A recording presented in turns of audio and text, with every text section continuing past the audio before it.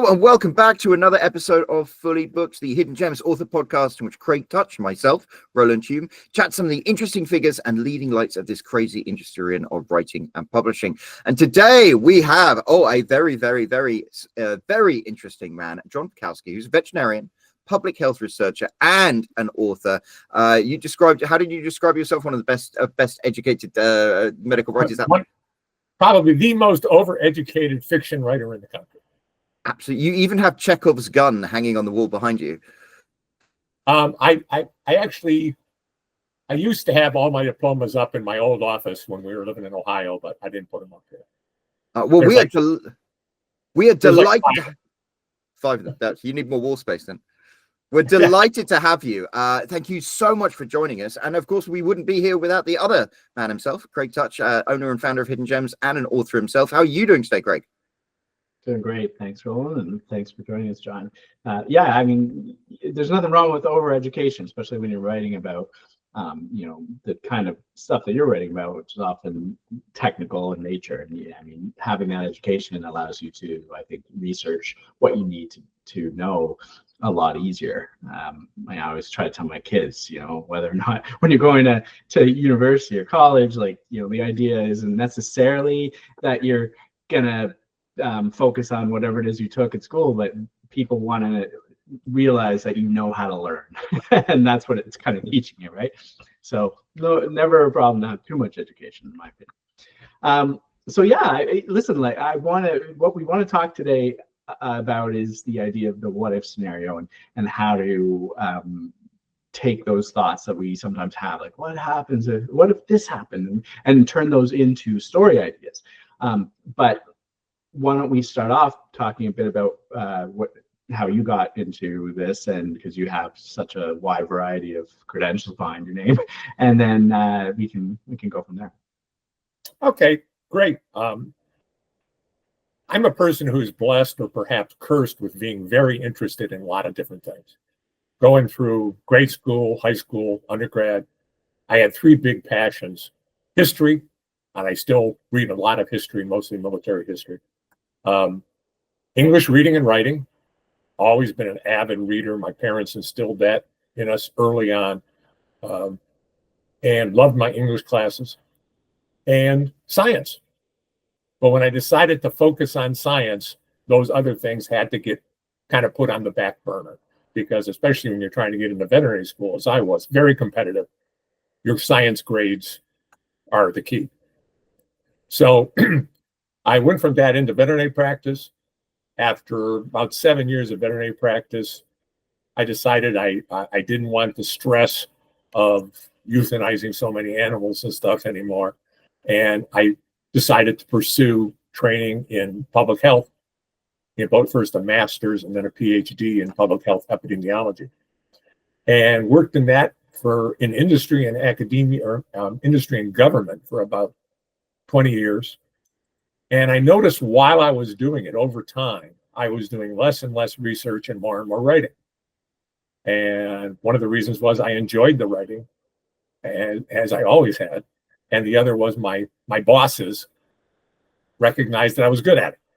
If there was a special article they needed done or a white paper, they usually tapped me for that. So when I left the corporate world in the early 2000s, and I went into medical writing as a freelance medical writer. And I wrote a lot of scientific papers for companies and things like that. But I started to focus more and more on consumer content, websites, consumer handbooks, things like that. I did some radio scripts for a veterinary school down in Florida. They called it Animal Airwaves. Those were fun.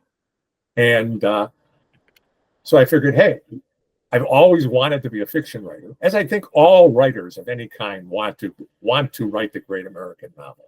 Whether you're an ad writer for the Mad Men or whatever, you want to write a fiction novel. So I had some time in about 2008 during the Great Recession, when business dried up for a little while. So I wrote a novel, and it's still on my computer, and probably always will be. It's what Stephen King calls a trunk novel, when you're starting out and learning how to do it.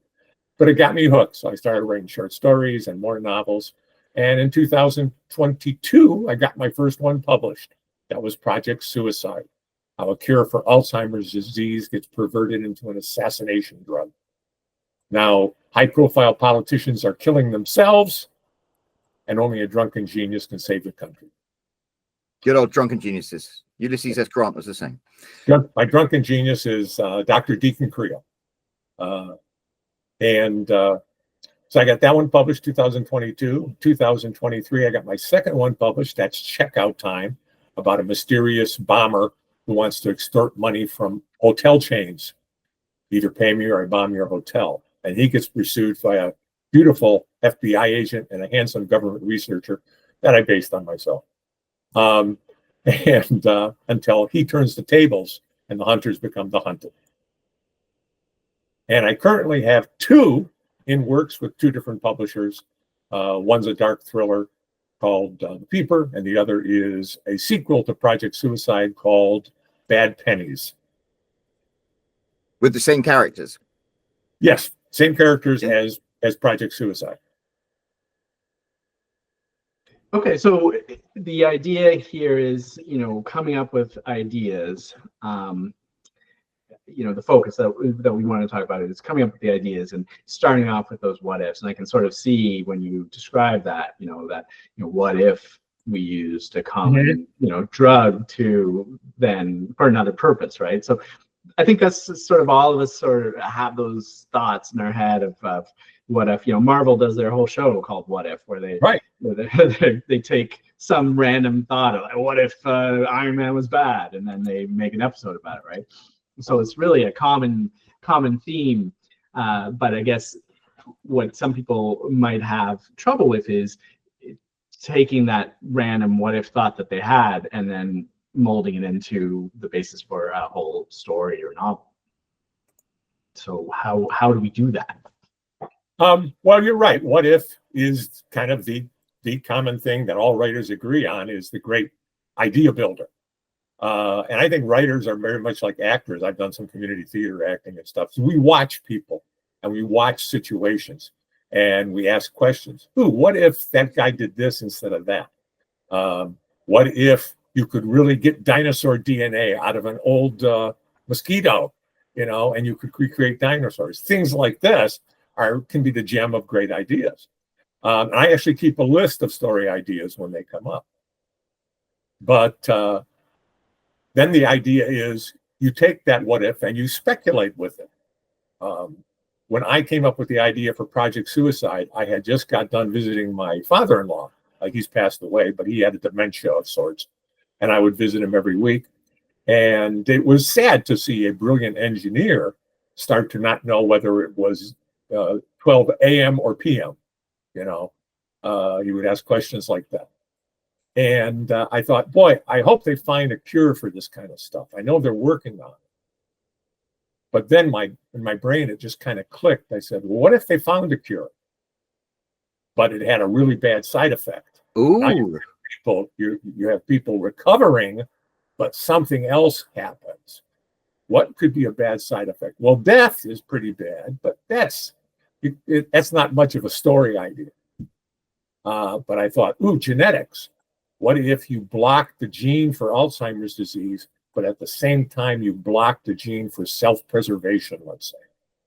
So as you gained consciousness of yourself again, you also gained self-loathing and ended up taking your own life. That struck in my head as being like one of the most tragic things possible, is you have people watching their loved one decline, seeing them recover, and then having them take their own life. To me, that was like the ultimate. And then the second what if kicked in. What if you gave this drug to a person who didn't have Alzheimer's disease? They would kill themselves, and you'd have the perfect assassination drug. Because you can be totally hands off, the person kills themselves. That was the idea for Project Suicide. And everything built off of that. So I always say that concept is king when it comes to books, and you need to have a really killer concept or hook. And I have to admit, I think Craig and I were literally just entranced listening to that, because it's like, ooh, Well, Yeah. they always say that story trumps writing. If you have a great story idea, the writing doesn't have to be the most beautiful in the world. The story takes it over. And I think it's nice to have both, but I think that is very true. Yeah, I mean, I'd even go so far as to say the most beautifully written book in the world, people wouldn't necessarily read. The best story in the world, even if it's badly written, they would. Exactly. Twilight. Yeah, and I think one of the things that struck me there too is the idea that when you're coming up with these thoughts about what if, and then in your case, what if they create this drug and it has a side effect, and then you start thinking of those side effects, and death, right? So then you have to go further in your thinking and be like, okay, well, how can I make a story around that? And like you said, like there isn't as many avenues for that if it just kills you. So you have to be like, okay, well, that is one, but that's not the best one. So now you have to step back again, and you have to think of what if, and you have to expand even further, and you have to really think about the options that you have that will best serve your story. And it's not always going to be the first thing you think of, right? Right. I mean, you basically, like I said, you speculate around it. Sometimes I do what they call mind mapping. Just kind of draw out. It could go this way. What if it did that way? What would happen? It could go this way. Things like that. For example, this was many years ago. I got the idea for Checkout Time, my second novel, and I was on a business trip back when I was working for industry, and top floor of a hotel, and I looked up at the ceiling, and there was a trapdoor. And I put, okay, it was obviously some kind of a maintenance thing to get into the suspended ceiling. But I said, okay, you could put something up there. You could hide something up there. What would you put? You could hide jewels. And maybe somebody's checking into the hotel and the jewels fall down from the trapdoor. And now the mob's after him. Or drugs. Or some type of spy-related microfilm or what have you. You have a kind of a spy thriller. You could spin it all kinds of ways. In my brain, and this is because I'm a bit of a pyromaniac, I love anything that burns or explodes, have since I was a kid. Put a bomb. You could put a bomb up there. Now, why would someone put a bomb up there? Could be could be for revenge.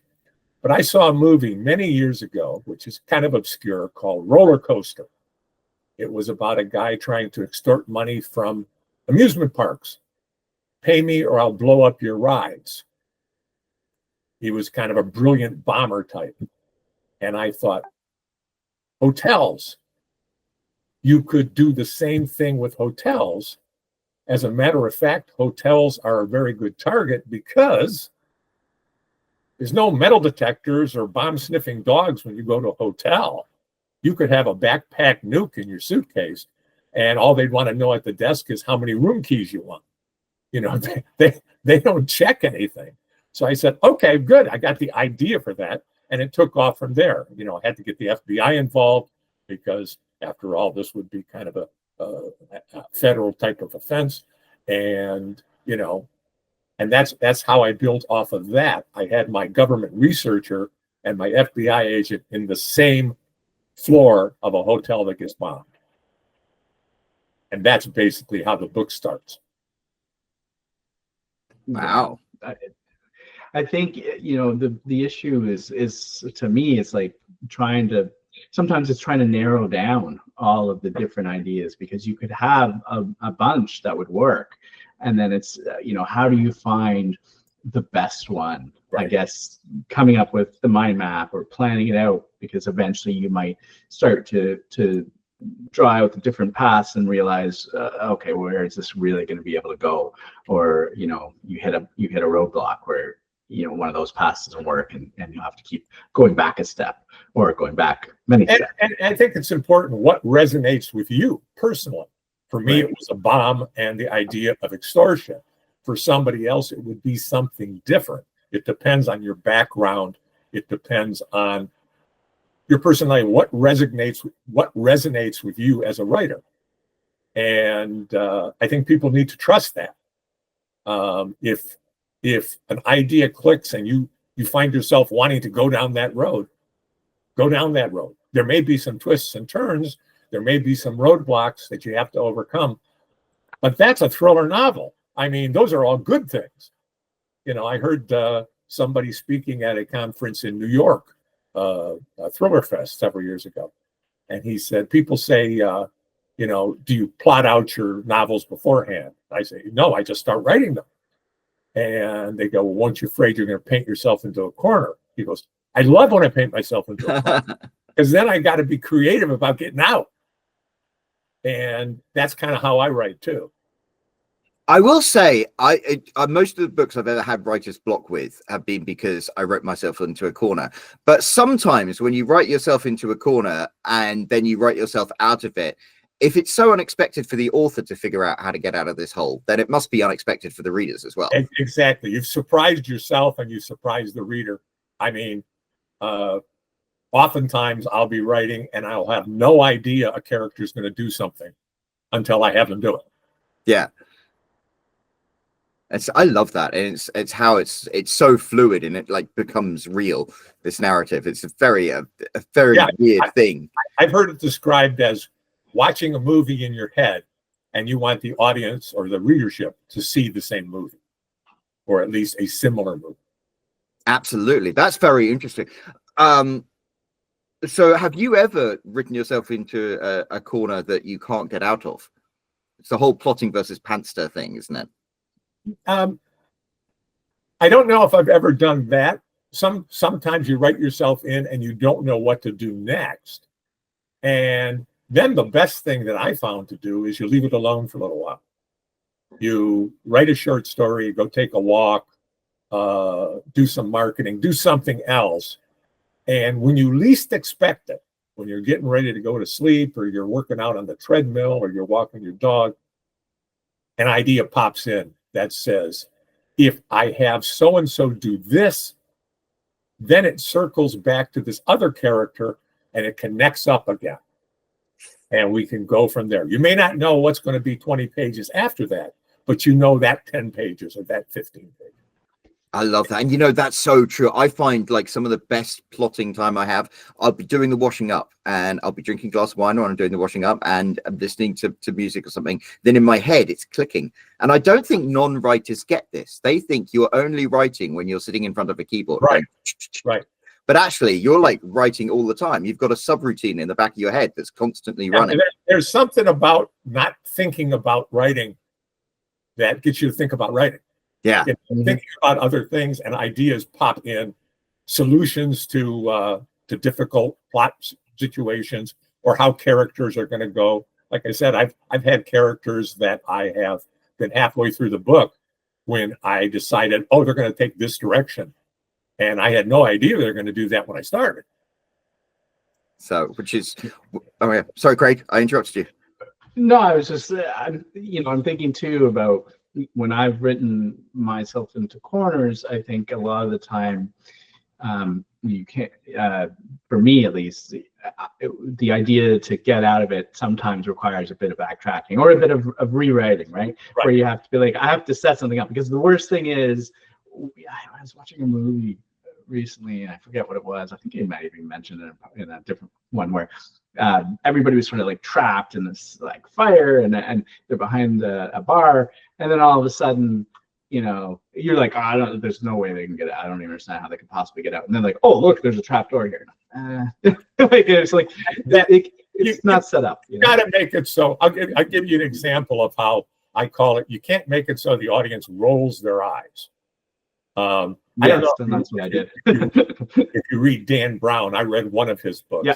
Angels and Demons, and not my favorite author, but he hit a point where I almost wanted to stop. It was an audiobook, and the only reason I kept listening is because I still had another 6 hours to drive. But he has his character, I forget the guy's name, Robert Langdon. Yeah, and that's him. Right. He's in a helicopter, and he doesn't know how to fly it. The pilot's dead. It's going down. He's at 2,000 feet. He grabs a tarp from the back, holds the four corners together, and parachutes out. Now, I don't think you have to be a genius or I parachute jumped a couple times to know that that is impossible. I mean, it would rip out of your hands. It would collapse. Anything could happen, but you're plunging 2,000 feet and going splat. That is not a way you want to resolve the situation. That is not a good way to get out of it, in my opinion. But you're right. There comes to those points where you have to sometimes go back and rewrite. And sometimes it's a major rewrite. You're rewriting 10 or 15 pages. Sometimes it's something as simple as having the person introduce some foreshadowing that makes you think, oh, okay, I remember they said they were a helicopter pilot in Nam or whatever. You know, they can pilot the helicopter. Right. Yeah. Or you might have to have them pick up an item of some sort. You realize that I've written myself in the corner. If only I had a lighter to get out of this. And well, let me just go back to chapter 1 and have him be given his father's lighter as he passed away. Whatever it is. It can be something that simple, a little foreshadowing that later on the readership goes, oh yeah, I remember when he got that lighter. That was right in the beginning. Right. Right. And that makes it so much more acceptable that they have it, right? The fact that you mentioned that earlier, but it's all of a sudden he's sitting there and he can't get out of it. And he's like, oh, there's a letter sitting there. Oh, just grab it. Like, that seems silly. It's like James Bond. He gets his gadgets from Q, doesn't he? And whatever the gadget is, it conveniently always needs to be used. Right. Exactly. Yeah. I'd love to see an episode of James Bond where he gives him all these gadgets and he doesn't use any of them. What was the point of that? But yeah, no, I think that those are all like really, things that authors really have to remember, because you really want to satisfy the readers, and sometimes taking the easy way out is easy, but it's not going to serve the story very well, and it's not a lot of work to do it up front, or to do it sort of like when you've realized, okay, I'm in this bad situation, let me just go back. It's not going to take that long to go add that extra scene. But if you don't do it, it's going to ruin the book a lot of times. So it's worth the time for sure. So for in the what if scenarios, like what are some ideas that not every author walks through? I'm kind of like you, where I'm very much, everything interests me. I have too many interests. I'm always thinking about stuff. I can't sleep because my brain's always spinning. But not everybody is like that. Some people, I see people I know that walk through the world and they're not really questioning things.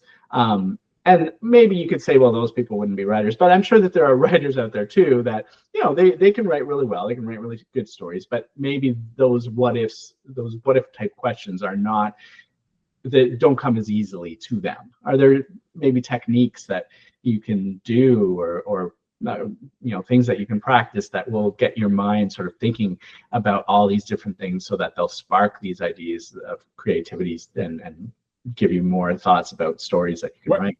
Well, I think that comes down to personality and over your lifetime. Like I said, people watch. That's a good thing. It gives you character ideas. It gives you watch interactions between people, arguments in a restaurant or whatever. That can all give you ideas. You've got to, have some imagination.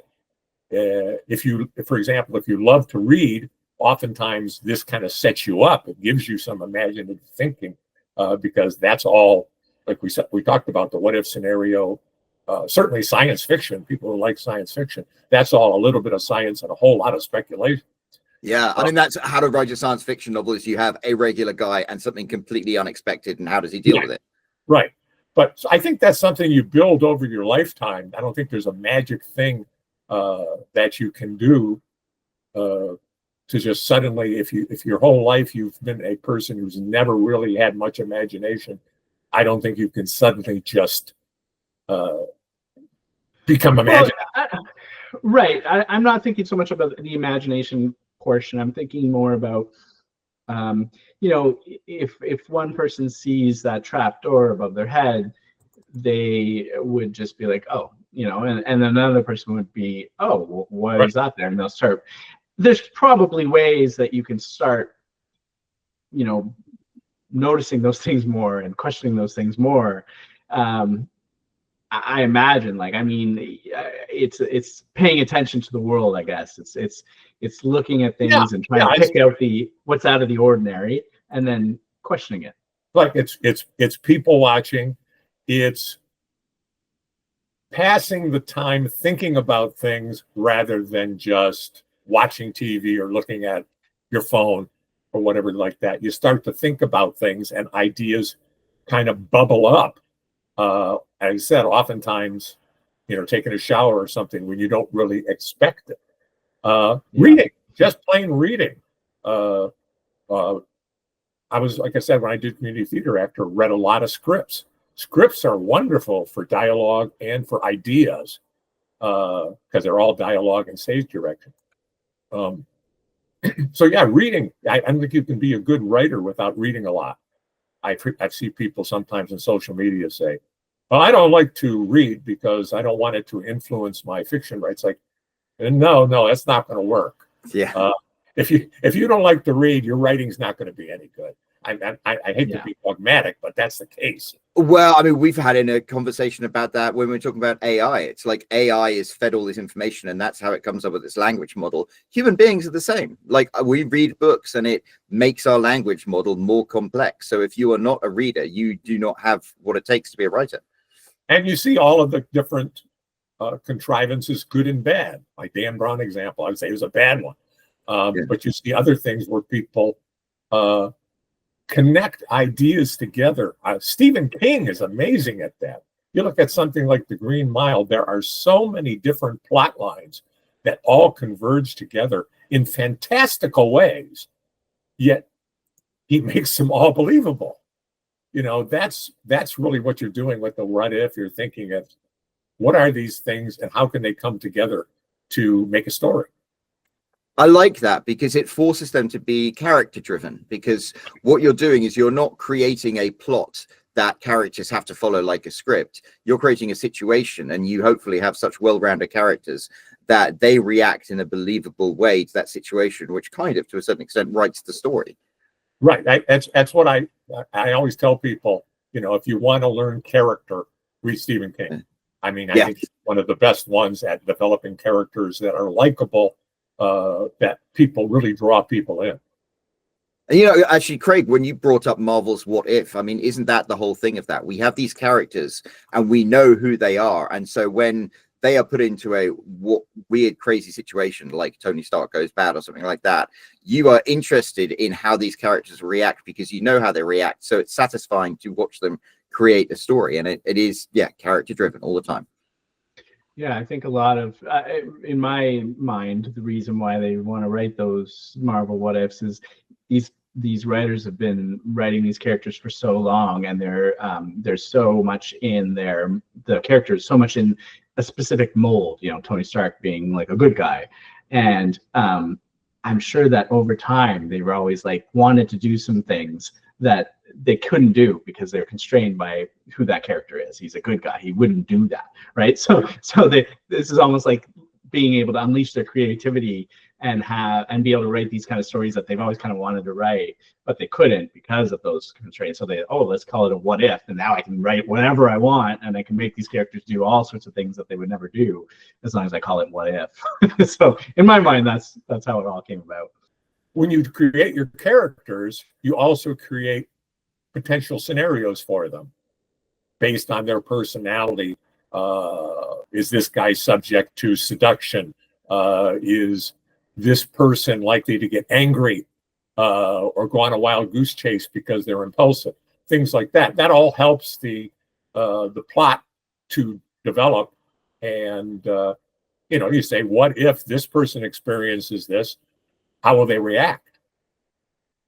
Yeah, and I think the what ifs travel throughout your whole story, right? You might use a what if to generate the idea in the first place, but as you're writing, I think it's important to keep asking those what ifs. Otherwise, your story is likely to go in almost like a too predictable, more too cliche. If you're always just going down the path that makes the most sense, sometimes you want to say to yourself, but what if this happened instead? Like, obviously he would do this, but what if he did this? Or what if she did that? I think of it as kind of a macro what if to get your story started. and then micro or tactical what ifs. Yeah, I like that. Yeah, I think I think that I agree. That's a great way to put it, because those macro what ifs is your whole book. But if you're not filling your stories with what ifs throughout, then you're just, it's just going to be really, really well. bland, That's why there's so many people. I like to classify writers or would-be writers as those who want to write a book but never do. Those who start writing books, and there's a lot of those. And you'll even say you say, what do you do? Well, I start a lot of novels, and the reason is that macro what if gets you started. You're excited about it. It gets you rolling. But when you get to the mushy middle, you need all of the micro what ifs, the mind mapping or what have you, to carry it through because usually people have a pretty good idea of the conclusion and the start. And it's that 70% in the middle that they stop looking for. And it's a lot of thinking that's required, right? There's a lot of, and the plotters are the ones that will do that up front.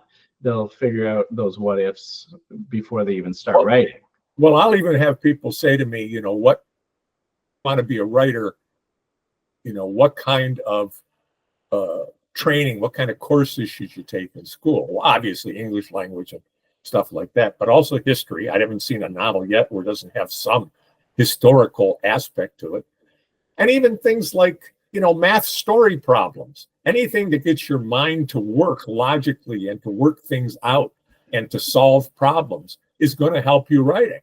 And so we talked before about, my background and what helps as a writer. It all did.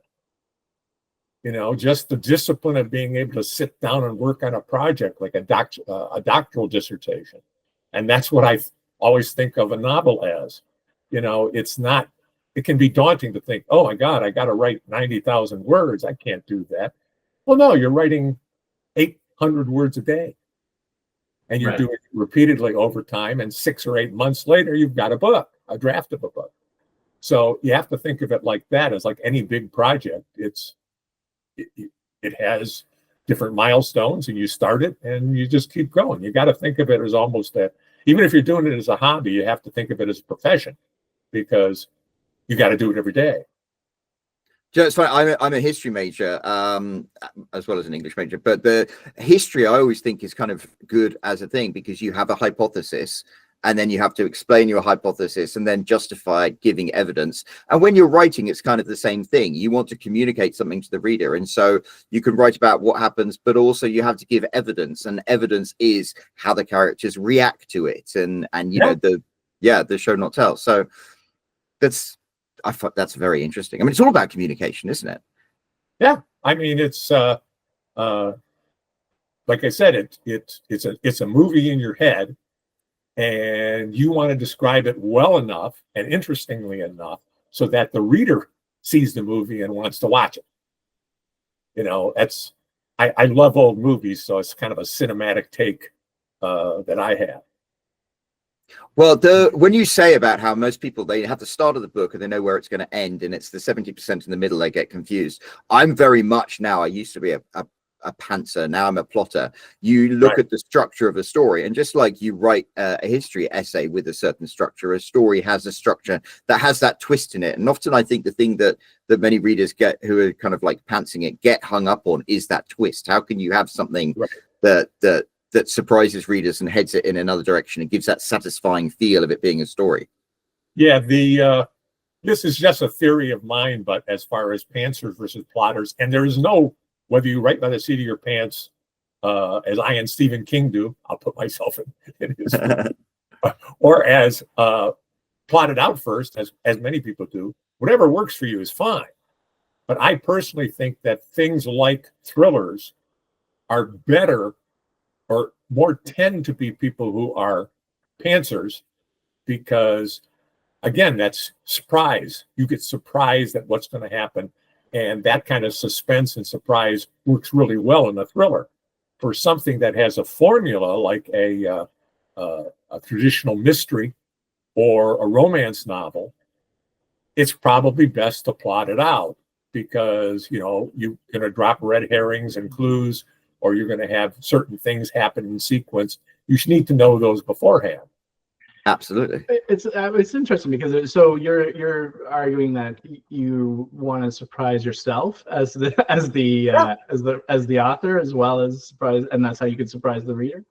Yeah, that's I've heard other people say that, but I think it's really true. Like I said, I've had characters take sudden, drastic actions that I had no idea 10 pages before they were going to do. And it's exciting enough that I said, yeah, that character, that fits within their personality, and it opens whole new plot possibilities. Yeah, I guess as a very hard plotter, I find that kind of idea terrifying. You know, it's like, and that's fine. Like I said, nobody. To me, it's like it requires. I have a terrible memory, right? So like having to do all of this at the seat of my pants, coming up with the new ideas, and then did I set that? It would require so much back and forth for me that it would be very difficult for me to ever, especially like a thriller or mystery. Like I'd have to have it all. And like that's not to say that while I'm writing things change, absolutely, but I need to be confident when I start that I know where it's going, and if things change, that's fine. But like if I don't have that path forward, it's very difficult. And I think sometimes with the what ifs, that might be something that daunts people. The idea that, you know, I think what you're supposed to do when you're writing is come up with what's the least likely thing that will happen here. You know, what's the thing that no one's going to expect. And so not only does it take time as a writer to think of those things, but when you think of them, now you have to figure out a way out of them. Right. And that's a lot of work too. And I think that's often what keeps authors from adding in too many of those things if they don't have the confidence or the ability to keep thinking of how to get themselves out of these crazy situations they keep putting them in. Whereas sometimes you watch a show and it's one crazy situation to another, and they keep getting out of them. And sometimes I'll watch those and I'm like, wow, like I mean, they are just going hardcore with, you know. I think you have to be careful. You can't have so many that it becomes. I always laugh at shows like 24, if you remember that show. It's like, you know, he would almost die 26 times in 24 hours. You know, it's like it got to be a bit much. But they always say, what is conflict? What is drama? Drama is conflict. And what is conflict? Right. People trying to reach goals. There's obstacles in their way, and they have to overcome them. So you certainly have to have a certain amount of that, because otherwise it's not interesting. You know, 90%, 95% of people's lives are boring. You want to distill out the interesting 5%. And is it realistic in an actual world? Probably not, but within the literary world, it works. And I mean, that's one of the things in life. We always want to have a plain, easy, smooth sailing life. But in stories, you want the roller coaster. I'll tell you an interesting thing. I did something I heard at Thriller Fest. A guy was basically a script consultant for movies and TV. And he talked about going to Spain to help with the number one national show they had there. And he's watching an episode of it. And it starts with about 10 minutes of them just talking at breakfast. Nothing really pertaining to the show, just them talking back and forth over the breakfast table. And he goes, well, why am I watching this? And they go, well, it's real. It's everybody has breakfast and they chat over breakfast. He goes, but why do I want to see it? And that's the point. It's like, yeah, you can have the most. I remember my acting classes, and they always said, try to have the most realistic actions possible, but never be boring. You know, we're not here to bore the audience. We're here to be interesting, to build on the plot and to interact with the characters. So I think that's important. Yeah, and I mean, I guess there's points where people are willing to ignore the fact that you've lost a bit of realism in order to be exciting. Like I remember with 24, I watched all of that. And yeah, and it's like the one thing that I always thought in my head was, 24 hours of all this stuff happening, never goes to the bathroom, never eats anything. it takes 2 minutes to get from one side of the city to the other, no matter what time of day, or like those things always made no sense. But you're able to ignore them because it's a story. Well, that's something I agree with you. Like in Checkout Time and some of my other books, I will actually have things worked around the urgency of having to go to the bathroom while being confronted with something else. Because this is something we've all experienced, but it's ignored so often. And it's another what if this comes up? What do you do? So I think that's another thing that adds a little interest. Sometimes it's amusing. And I think it's great. I think it's great that you added that. I'm trying to think now of books that I've read where it's ever been discussed other than sometimes I'll read a fantasy and they'll be like, after she went to the privy, and but it's like it's never part of the I don't recall ever reading a story where that was almost a plot point at one point. What if you had to go to the bathroom? What if you're chasing a bad guy and you really got to pee? Yeah. Or you have some stomach issues and you need to find a bathroom. Actually, something going on. You know what? I read a lot of World War II airplane fighter fiction, and they always had a section about how you pee in the airplane, or if they were really scared, they the relief tube. Yes. Oh, that makes sense. Yeah. Yeah, the American planes had them, and the British ones didn't. Oh, okay. And so they were like, "Oh, look at these." Anyway. I think someone's gonna leave a comment and ignore all of the wonderful things we've been talking about and be like, actually, the British World War II planes did have a relief tube. They broke into potty humor at the end. Yes. Yeah. I think that's great that you actually added that in, and I think it shows some really imaginative thinking to be like, okay, well, I want to add that bit of realism that isn't really discussed ever. Because it's it's boring. Even though we all do it, it's boring, right? So how can I make it interesting? It's like, oh well, I have that sense of urgency where they have to do something else, but they also have to go to the bathroom. We can all relate to that, right? So I think that's really interesting. And I think it's very recognizable for readers. I mean, it's a human experience. There we go. So this is an interesting point. Now we approach the top of the hour to wrap things up with. It's like, should you include toilet scenes in your books for realism factor? But like even eating too, right? Like you don't really see a lot of that. Like people have thrillers, they never do. Another very interesting thing that can add a little bit of color when they're discussing a problem or something. You take a bite of their egg and cheese sandwich or something like that. It's just a little bit of color. Yeah. Oh, that's in some of the James Bond books. They're all full of food. They describe every meal in like lavish detail. Yeah.